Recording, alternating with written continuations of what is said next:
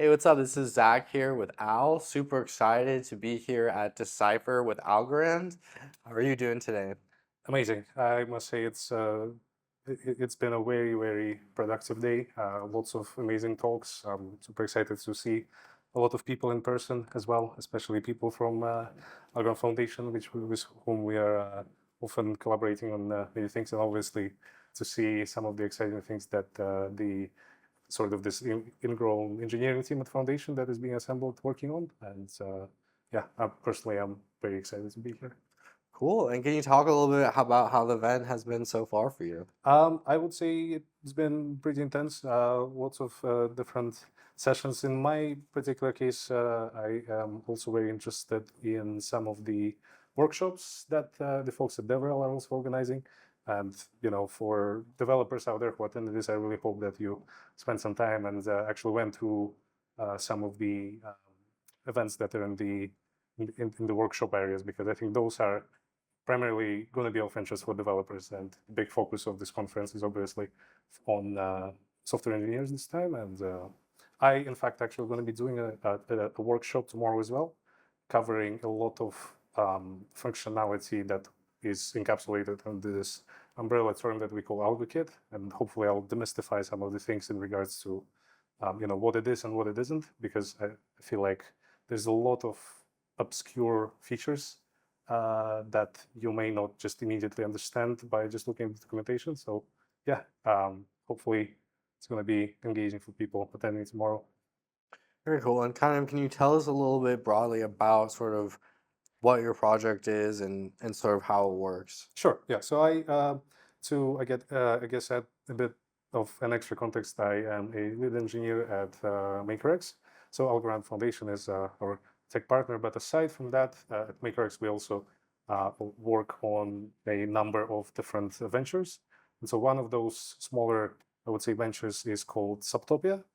A good way to describe it is essentially a decentralized. It's First of all, I wouldn't call it a purely Web3 project, because if you look at the projects like NFD that are present in the Algorand ecosystem, they do also have this very unique blend of approaching it like a SaaS service, but at the same time, you do have a certain level of freedom in regards to how you interact with the product that you own. In case of Subtopia, I would say it's a fairly similar pattern where we act as a SaaS platform, but at the same time, the product that you receive when you, for example, instantiate an instance on Subtopia, it has full autonomy and you fully own that instance.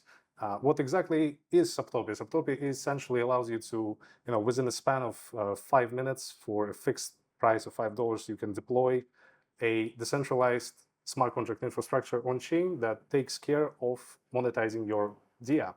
And I'd say this is especially useful for developers out there who are building projects on Algorand, because, and not just on Algorand, if you look into this space of just smart contract development and DApp development, it is a completely different paradigm, and it does differ from what a traditional software engineer would expect from it, because you don't have a lot of mutability, right? You have to put a lot more effort into making sure your contract is audited. You need to make sure that it acts as intended, and it has to be simple and very readable, right? It's like this tiny, hard to break sort of assortment statements that you program, and they have to function. If you get hacked, it's not like AWS or Azure, right, where you go and patch something real quick and your website is redeployed and fixed. No, it's something that is actually autonomous. Once you deployed it, it's decentralized, it lives in this massive distributed ledger. John Woods has a great description of Algorand by calling it a decentralized operating system. I think it's a great way to also think of it. And so when Subtopia comes in is essentially, imagine if you were to build a distributed application where you would have something like Patreon, right? You have your wall, you have your content as a, say, digital content creator, and you're making exclusive content for people. For example, you are creating music, right? And you want to have your fans essentially follow you and provide them maybe insider view into how you make your music. And you have this platform that you want to use, but what would you do if you were to integrate an additional layer to take care of monetization and subscription management? That implies building a completely additional layer, thinking about the smart contracts, right? You have to audit them. Auditing is also a very tricky area in Web3 in general, because you have this big sort of number of players that perform the audits. But the problem with that is just you have hundreds of blockchains out there. Each of them, especially if you're talking about L1s, they do have their own implementations, their own obscure languages. And for a big enterprise, even if they're a reputable security firm, it sometimes is just physically impossible for their staff to catch up with all of that tech. And in order to make a good audit, you need to intricately know all the details of a particular chain, right? And so that obviously costs time, that costs money. And so even for a simple thing like that, in often cases, if you are to jump into something that requires adding additional infrastructure to essentially take care of subscriptions, you don't have a lot of options. Subtopia went through an audit with an Australian firm called Entersoft. We launched on mainnet in November last year. We have a set of different ways in how you can integrate it, because an important key thing to highlight, as I mentioned, it's a fixed price of $5 that you pay during the deployment. We have an Oracle contract that ensures that you pay an equivalent of in algo at that particular point in time.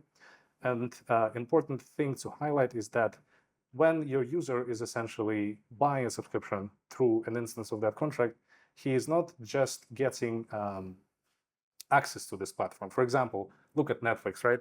Say you have Netflix subscription. What can you do with this? If you purchase the Netflix subscription, you can cancel it, and that's it, right? You can't transfer it. You can't really put it on auction, like, for example, the TravelX that uses Algorand to sell airplane tickets, right? You missed your flight. Oh, what can I do? I have to go through a lengthy bureaucracy process to get my airplane ticket money back, and that's pretty much the only option you have.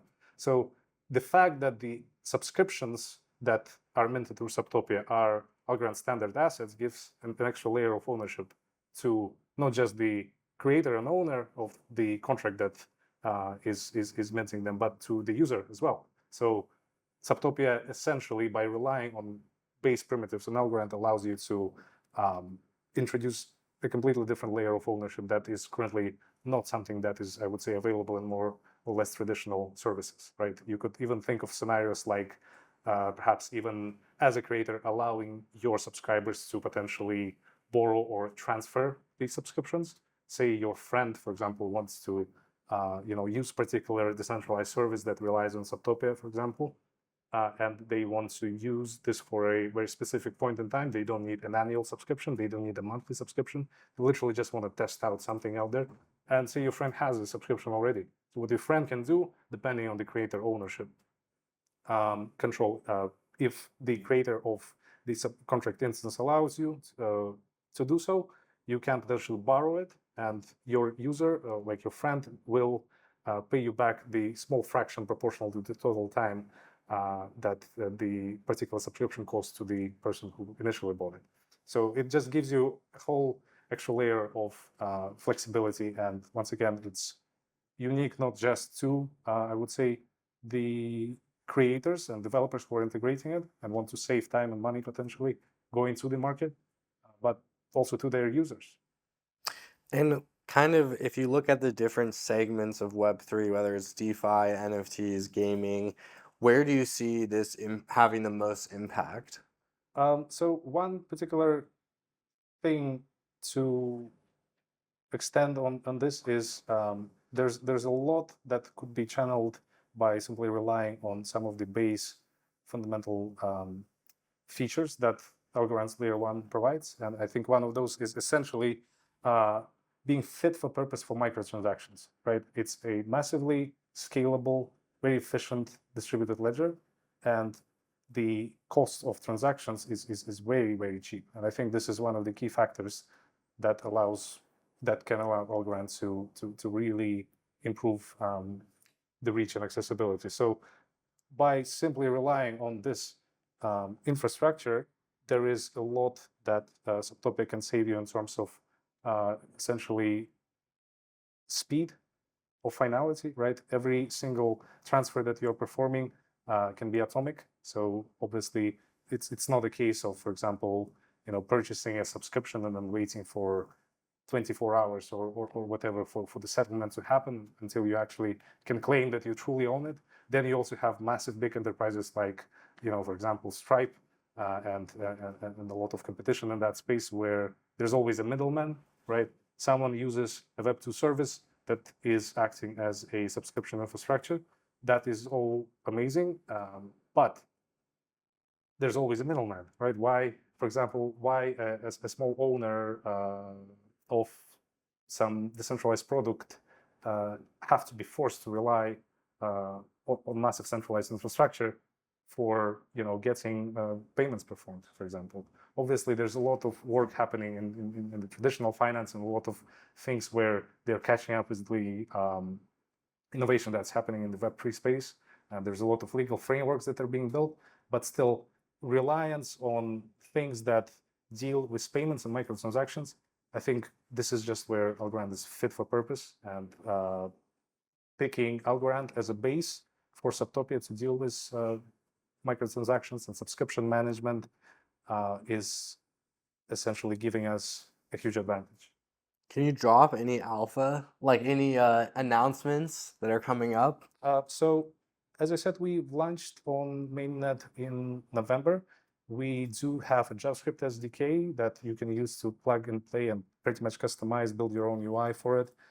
We do have a free public API that allows you to answer a very simple question of, given wallet A, does this wallet A is a subscription owner of service B, for example? And the cool thing about that is that you can also do the same kinds of queries within Algorand as well. So your own smart contract can interact with the Subtopia smart contract, and it will instantly tell you yes or no whether this particular user or wallet has access to a particular feature. So it's not just putting a paywall in front of your service. You can actually split your service into many different individual features that you want to monetize, right? And which is often the case with services that provide subscription management. But in terms of next things, as I said, aside from this small venture commitments, one of the main commitments that we have been working very actively was AlgoKit for a while.